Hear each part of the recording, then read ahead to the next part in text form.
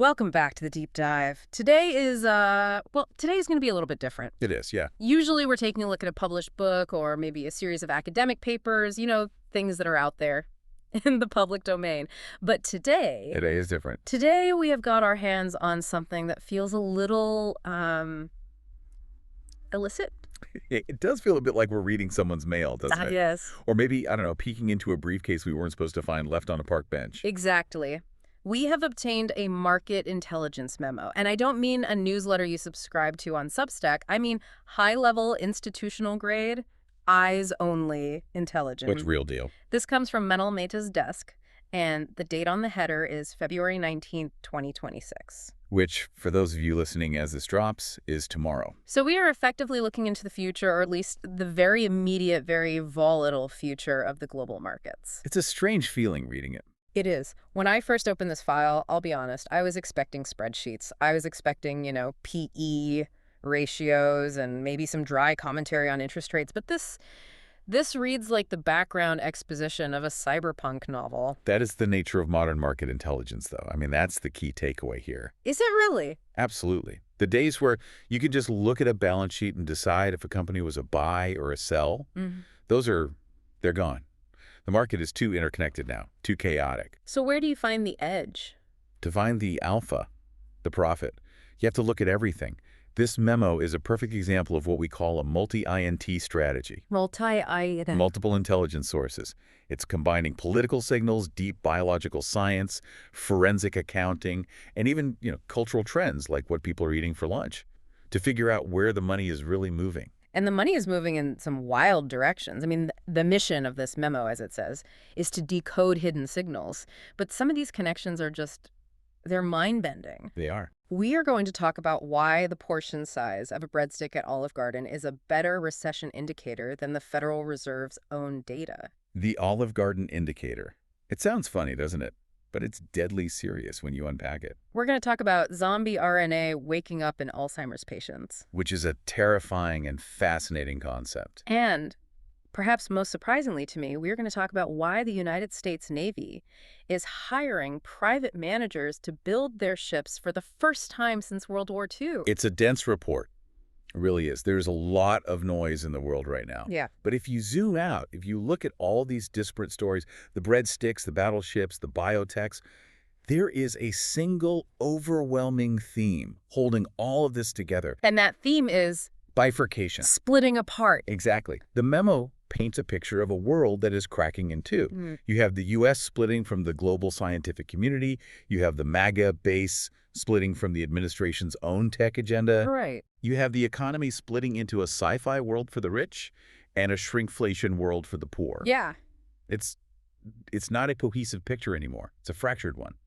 It's a lot to unpack. And I want to get into the specific trades because the author, Mehta, he seems almost shocked by the sheer volume of bad news, but then he immediately frames it all as profit opportunities. Right, and that's the mindset we need to adopt for this deep dive. We have to be dispassionate. Chaos creates mispricing. Mispricing creates profit. If you know where to look, the end of the world is a trading opportunity. Okay, let's start with the big picture then. The macro view. The memo calls this section the America Last Trade. Now, that is an incredibly provocative title. It's designed to be. Especially given the administration's slogan is literally the opposite. It is provocative, but Mehta argues the data backs it up. The memo identifies a massive brain drain happening in the United States government right now. And I want to be clear, this isn't just normal turnover. This isn't people retiring. The stat here is staggering. Over 10,000 PhDs have left the federal workforce in the last year alone. 10,000. That is a 3x increase from previous years. Think about what that actually means. A PhD isn't just a degree. It represents, 7, 8, maybe 10 years of specialized training after college? It's a decade of your life dedicated to one specific field. Right. So when you lose 10,000 of them, you are losing centuries of cumulative institutional knowledge. It's a hollowing out. Yeah. And look at where they are leaving from. That's the critical part. Okay. The National Institutes of Health, the NIH, lost 1,100 people. That's the engine of American medical research. It is. And the National Science Foundation, the NSF, the bedrock of basic research in this country, lost 40% of its PhD workforce. 40%. Wait, 40.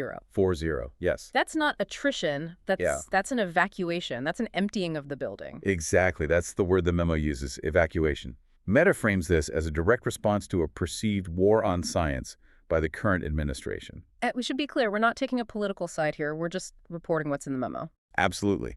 Whether you agree with the politics or not is irrelevant. The result is that the people who know how to run the clinical trials, the people who know how to evaluate the grant proposals, the people who keep the whole machine running, they are walking out the door. But here is the critical part for investors and for anyone trying to understand the future of innovation. These people aren't just going home to garden, right? These are high-level assets. Where are they going? They are being recruited actively.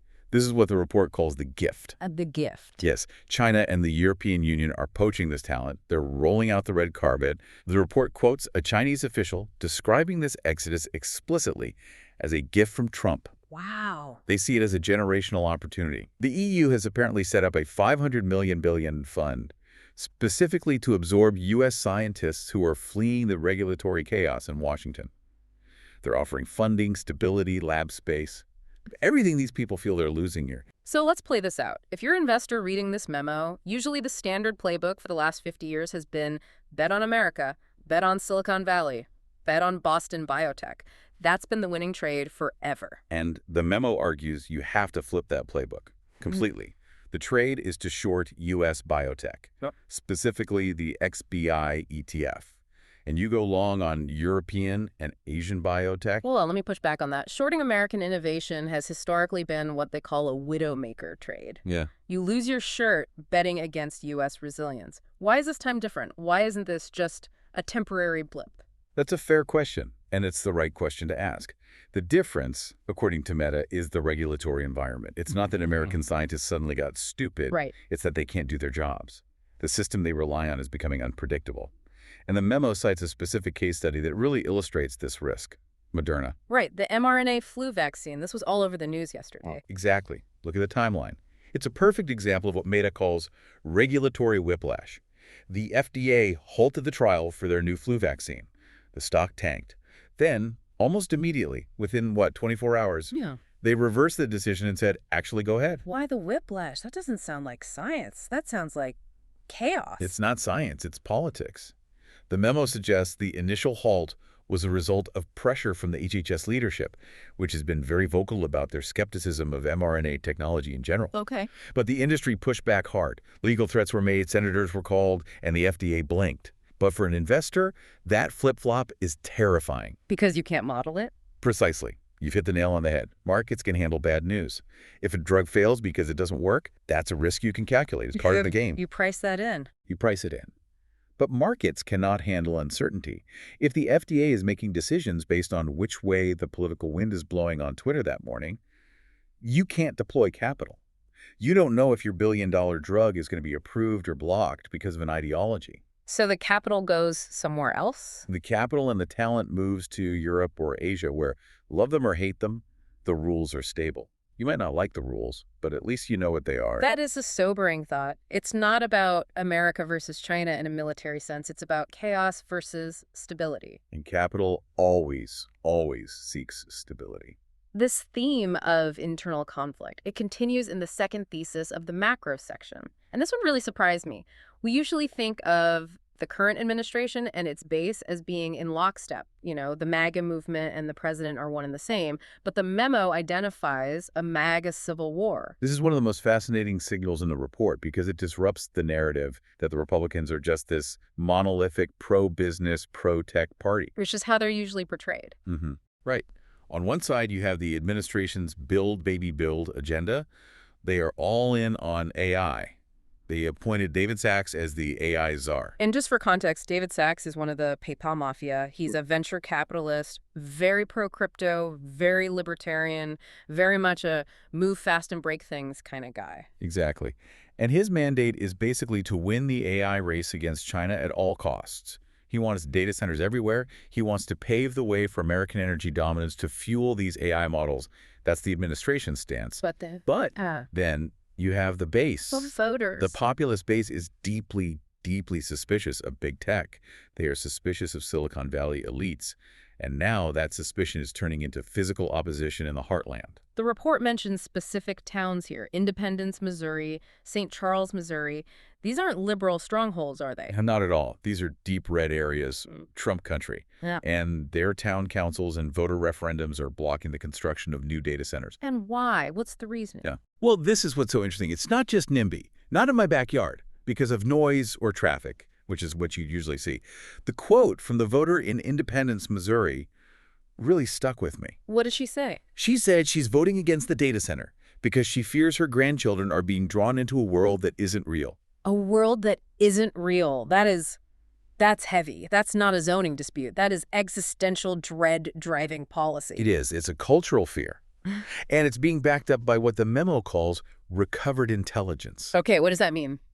Apparently, there is a story circulating, and the memo treats it as credible, that the U.S. military used Anthropic's AI to assist in the capture of the Venezuelan president. Which you would think sounds like a win for the administration, right? Oh. We used our advanced tech to get the bad guy. On the surface, yes. But think about how that lands with a populist base that already fears the deep state and a powerful, unchecked government. Mm. To them, this story validates every conspiracy theory they have. It proves that AI is a weapon that can be used to hunt people down. Yeah. It proves that the government has tools that are terrifyingly powerful and opaque. So you have this massive clash. The White House is saying, we need more AI to beat China, and the local voters are saying, we don't want Skynet in our cornfields. That's the Civil War. It's a fundamental split on what the future should even look like. And the market trade here is fascinating. You'd think, oh, AI is booming, the AI supercycle, buy everything related to data centers. But the memo says the opposite. It says to short data center REITs, real estate investment trusts, and also the utilities in these red states. Why the utilities too? Because data centers consume a gargantuan amount of power. The utilities were banking on this massive new demand. But if the data centers don't get built, The demand doesn't show up. right, the political opposition is going to slow down the build-out. The land is there, the power might be there, but the permits are going to get stuck in town hall meetings fueled by this existential anxiety about living in a fake world. It's just amazing how feelings, fear, anxiety, a sense of unreality translate directly into stock prices. It's not about spreadsheets at all. That's the job of the analyst. You have to convert sentiment into solvency. And what makes this Civil War thesis so potent is that it directly undermines the dominant AI supercycle narrative. Wall Street thinks the only bottleneck is NVIDIA chips. This memo says the real bottleneck is voters in Missouri who don't want to live in the matrix. Let's move from the heartland to the boardroom. Segment 2 is titled Corporate Capitulation, or as the memo rather cynically puts it, kissing the ring. This is all about how companies are navigating this political minefield we've just described. The thesis here is that you can tell which mergers are going to happen, not by the financials, not by the synergies, but by how much the companies are willing to, well, abase themselves before the administration. And the case study here is the Paramount versus Warner Bros. Discovery merger.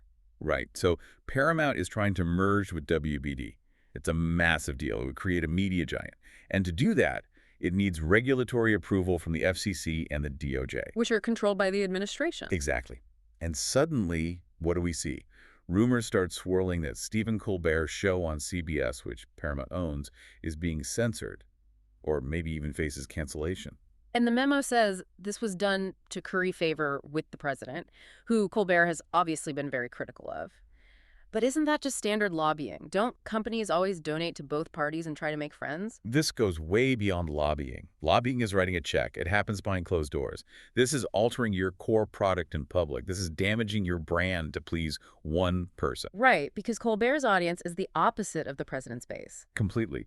So if Paramount management is willing to alienate their own audience, anger their top talent like Colbert, just to keep the president happy, that tells you something very specific about their conviction. It tells you they are desperate for the deal to go through. They're all in. They are burning the furniture to keep the house warm. The memo argues this is the tell, like in poker. If they are kissing the ring this publicly, this painfully, it means they think the deal is going to happen. So the trade is by Paramount. And we see this with Goldman Sachs, too, right? It's not just a media company thing. No, it's a broader trend. Goldman is dropping their DEI diversity, equity, and inclusion criteria for board members. Which just a few years ago was a huge deal. It was everything. 5 years ago, having strong BEI metrics was how you attracted capital. It was the social in ESG. It was a badge of honor. And now? Now it's a liability. The memo says this isn't random. It's a calculated cost of doing business in this new environment. Imagine you are on the board of Goldman Sachs. You have a choice. Keep a diversity policy that might get you subpoenaed by a hostile Congress and attacked by conservative activists, or drop it and focus on returns. In 2026, dropping it is the safe trade. It's the path of least resistance. So the S in ESG is being repriced. It used to be an asset that brought in capital.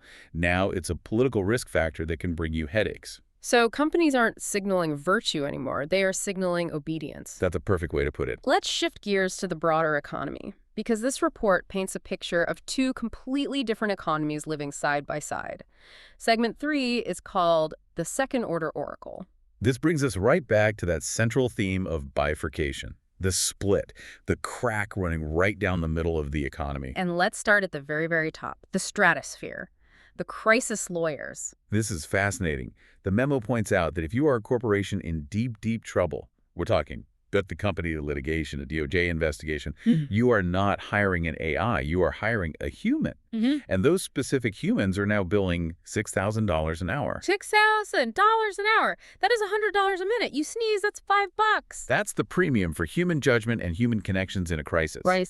But now look at the low end of the legal market. Routine contracts, wills, basic filings. All going to AI. It's being eaten alive by AI. It's being commoditized down to almost zero. So the middle class of the legal profession is just, it's evaporating. You either have cheap AI handling the simple stuff, or you have incredibly expensive experts handling the crises. There's no in between. There is a detail here about Palantir that I loved. The CEO spent $17.2 million on private jet travel. And usually shareholders hate that. They see it as waste, as executive excess. But the memo justifies it. It does. It argues that in this crisis economy, showing up in person is the ultimate luxury product. If you are charging governments millions of dollars to solve their wars and their data problems, you can't be on a Zoom call from your basement. Right. You have to be there, in the room. The jet isn't a toy, it's a tool. It signals, we are the masters of the universe, we solve the biggest problems, and we are everywhere at once. It's part of the brand. Meanwhile, back on Earth, for the rest of us, we have the Olive Garden indicated. This is the other side of the split. The dark side of the bifurcation. While Palantir's CEO is flying private, Olive Garden is downsizing portions while hiking prices. Smaller breadsticks. Say it isn't so. It's tragic, I know, but it's a classic recessionary signal. The report calls it a canary in the coal mine. And you have to think about the Olive Garden brand promise. For decades, what has it been? Unlimited. Unlimited breadsticks, unlimited salad. Abundance. It's when you're here, you're family. And families feed you. They don't skimp. Right. So when a brand that is literally built on the idea of abundance starts shrinking the plate, it means they know the consumer is tapped out. They've done the math. They know you can't afford to pay more for the same meal, so they had to give you less food for more money. They're testing the breaking point. Exactly. How much can we shrink the product before the customer stops showing up? It's a sign of profound weakness in the consumer base. And the memo says to short retail stocks because of this. Right. Short XRT, the retail ETF. Because if the consumer is counting breadsticks at Olive Garden, they sure as hell aren't buying new clothes at the Gap, and they certainly aren't buying big-ticket electronics at Best Buy. The high end is flying jets. The low end is hungry.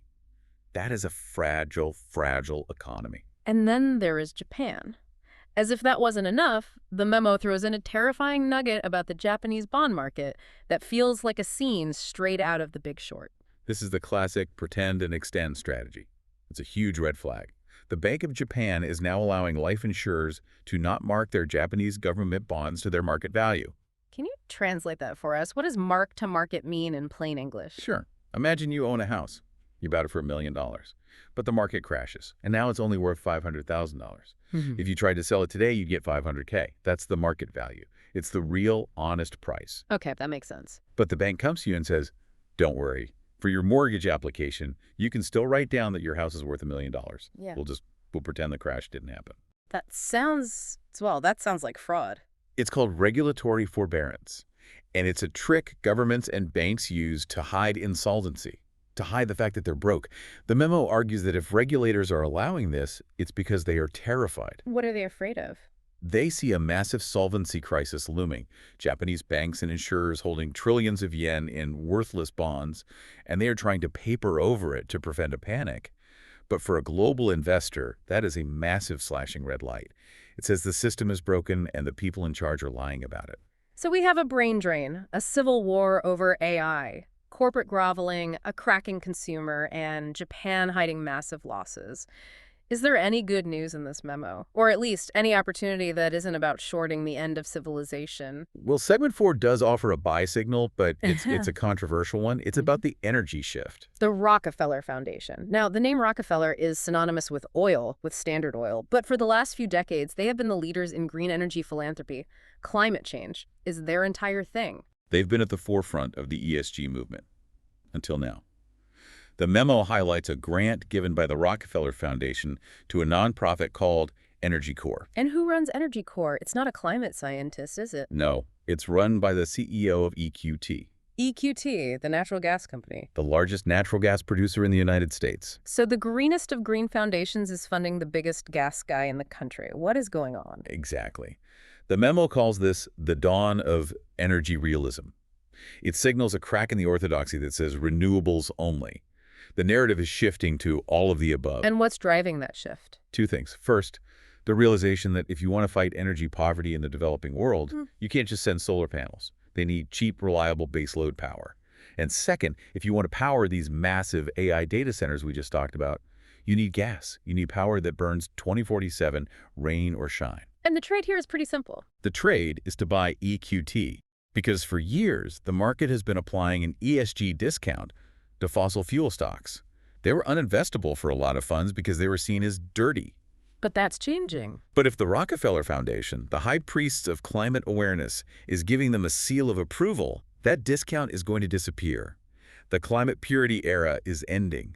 The energy pragmatism era is starting. That is a massive pivot. It feels like the pendulum is swinging back hard. It is, and it's swinging back in defense and tech, too. That brings us to segment 5, the private venture radar. This is the really futuristic stuff. I want to start with this company, Ineffable Intelligence. Great name, isn't it? They just raised a $1 billion seed round, which is the largest ever in Europe.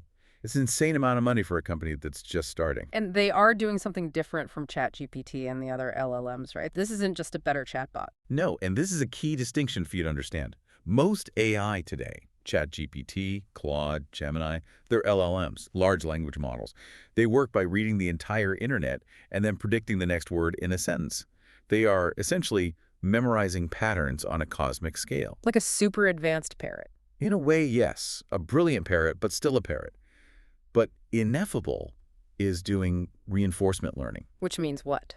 Think of it this way. An LLM learns to play chess by reading 1 million books about chess. Reinforcement learning learns to play chess by playing 1 million games against itself. It doesn't read the manual. It discovers the fundamental principles of the game through trial and error. So it can figure out strategies that no human has ever written down or even conceived of? Exactly. That's why the memo calls it superhuman intelligence. It's not limited by the corpus of human knowledge. It can discover new physics, new math, new military tactics. It's aiming for God mode. That sounds incredible and honestly, slightly terrifying. It's a high-risk, high-reward play. But it shows that this whole chat era of AI might just be the warm-up act. And interestingly, this is happening in London, not San Francisco. Again, that bifurcation, the talent and capital are spreading out. Let's stay on the topic of tech and war. We need to talk about the U.S. Navy, because this point in the memo stopped me in my tracks. The privatization of the fleet. The memo says the U.S. Navy is hiring a private firm to oversee shipbuilding for the first time since World War II. Just take a second to think about the magnitude of that admission. For 80 years, the United States Navy has said, we know how to build ships, we manage the contractors, we oversee the process, but the delays and the cost overruns have gotten so bad, we're talking aircraft carriers that are years late and billions over budget, that they are effectively firing themselves as project managers. They're admitting they can't do it. They're admitting they can't do it. And who are they hiring? Who are they looking at for a model? The memo says the cruise ship industry. Cruise ships. It sounds absurd. It sounds absurd, but think about it. Royal Caribbean orders a generic, massive ship, and it gets delivered on time, on budget, ready to sail with 10,000 tourists. The Navy orders a frigate, and it takes 10 years, and the radar doesn't work. So what's the difference? The expert insight here is that the Navy is desperate to move away from cost-plus contracts, where the contractor gets paid for every hour they waste, to a fixed-price model, like the cruise industry. Here's $1 billion, deliver a working ship on this date, or you don't get the rest of the money. Efficiency coming to the Pentagon. No, I know we're in a sci-fi timeline. It's a signal of desperation, but also of potential innovation. If this works, it changes the entire defense contractor landscape. The infinite money glitch for companies like General Dynamics and Huntington Ingalls might finally be closing. All right, I want to dedicate some real time to segment 6, the deep science. Because often we gloss over this stuff, but the memo suggests that the biggest alpha, the biggest profit potential is hiding in these labs. This is the alpha in the lab, and we have 3 incredible breakthroughs to cover: Alzheimer's, cancer, and brain delivery. Let's start with Alzheimer's. For decades, the entire medical community, billions and billions of dollars, has been focused on one thing: amyloid plaques, the sticky gunk in the brain. The entire strategy was to scrub it away. It was a plumbing problem. And it mostly didn't work. The drugs cleared the plaque, but patients didn't really get better. No, they didn't. But this memo highlights a new theory that is gaining traction. It's called zombie RNA. Zombie RNA. I feel like we're back to the horror movie theme. It's a vivid name for a complex biological process. It involves something called transposable elements. Okay. These are basically ancient viruses that infected our primate ancestors millions of years ago and got stuck in our DNA. We all carry them. They're part of our junk DNA. Usually our body keeps them dormant. They are asleep. So we all have sleeping ancient viruses in our DNA. Yeah. So comforting. Yes. But the theory is that in Alzheimer's patients, as they age, the biological mechanism that keeps them suppressed starts to fail. The ancient virus wakes up. It starts transcribing itself, and it produces this rogue zombie RNA. And what does the zombie RNA do? It doesn't directly kill the neuron. Instead, it tricks the body's own immune system into thinking there's an active viral infection inside the brain cell. So the immune system attacks the neurons. It's friendly fire. Wow. The plaque isn't the cause of the disease. The plaque is the gravestone left behind after the battle. The killer is our own immune system, reacting to a ghost virus. My God. So the fix isn't to scrub the plaque? No. The fix is to put the zombie back to sleep. The memo highlights ASO's antisense oligonucleotides. It's a type of genetic medicine that acts like a highly specific mute button. It finds and binds to that zombie RNA and shuts it down before it can trigger the immune system. That is a complete paradigm shift. It turns Alzheimer's from a cleaning problem into a genetic silencing problem. Exactly. And for you as an investor, it means looking at companies like Alnylam or Ionis that specialize in this gene silencing tech, rather than the traditional big pharma players who are still obsessed with plaques. Okay, let's talk cancer. Specifically, acute myeloid leukemia, or AML. This is a brutal, fast-moving blood cancer. And one of the most promising treatments in recent years for other cancers has been CAR T-cell therapy. This is where we take your T cells, your immune system soldiers, take them out of the body, engineer them to be super soldiers, and then put them back in to fight the cancer. Right. But CAR T hasn't worked well for this type of leukemia. Why not? Because the AML cells are masters of disguise. Right. They look too much like healthy blood cells. The super soldier T cells are in the body, but they can't find their targets. They're effectively blind. So what's the breakthrough here? It's called epigenetic priming. Think of it like this. You have a highly trained sniper. That's the CAR T cell. But the enemy is wearing perfect camouflage. You can't shoot what you can't see. The new strategy uses a drug called a menin inhibitor. This drug doesn't kill the cancer directly. Instead, it forces the cancer cell to unfold certain parts of its DNA. It makes the cell display a specific protein, an antigen, on its surface that isn't normally there. It strips off the camouflage. Exactly. It paints a bright orange target on the enemy's back. Once the menin inhibitor does its work, the cancer cell is glowing bright red to the immune system.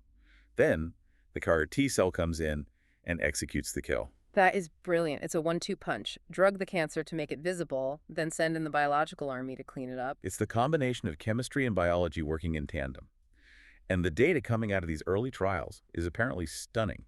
Complete remissions in patients who had no other option. Finally, the brain delivery hack. This one sounds like pure science fiction. This is the holy grail of neurology. The problem is the blood-brain barrier, the BBB. It is a physical wall of tightly packed cells that protects your brain from the rest of your body. It's designed to keep bacteria and viruses out. Which is a good thing. We want that wall. It's great for staying alive. It's terrible for medicine.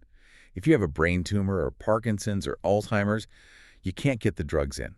Something like 98% of all potential drugs cannot cross that barrier. So for a century, we've been stumped. How do we get past the wall? Lasers. Of course, it's always lasers. Specifically, photobiomodulation. It's a fancy term, but the concept is amazing. Scientists have discovered that if you zap specific areas of the brain with a very specific frequency of non-damaging light, it temporarily relaxes the junctions between the cells of the barrier. It opens the door. It cracks the door open just for a moment, just long enough to slip a drug molecule through, and then it seals itself shut again. And this is non-invasive. They aren't drilling a hole in your skull. No drills, just light. Imagine wearing a helmet that flashes a light. You take a pill containing the drug, the door opens, the drug goes in, the door closes. If this technology scales, it solves the delivery problem for almost every brain disease at once. It's incredible, the gap between these breakthroughs, lasers, opening the brain, silencing ancient viruses in our DNA, and the reality of shrinking breadsticks at Olive Garden. It's dizzying. That's the bifurcation. That is the split world we live in. We are conquering the blood-brain barrier with lasers while we struggle to afford pasta. We are living in the future and the past simultaneously. Let's wrap up with the forensic watch list. These are the quick hits, the red flags that Mehta spotted in specific companies. First up, Hasbro, the toy company. What's happening there? Seems like a pretty boring company. It should be. But there's a lot of insider selling. Extensive selling. The CEO and other top executives sold over $18 million in stock, and they did it right near the 52-week highs. Which is the classic get out while the getting is good. That's the signal, right? When management, the people who know the business better than anyone, are dumping their own stock at the top of the market, they usually knew something the rest of us don't about the next quarter. Maybe Christmas sales were bad. Maybe the supply chain is broken. Could be anything. But when the captains are quietly getting off the ship, you probably shouldn't be buying a ticket for the cruise. Then we have Sangamo, SGMO. This is a deep value play, or maybe a value trap.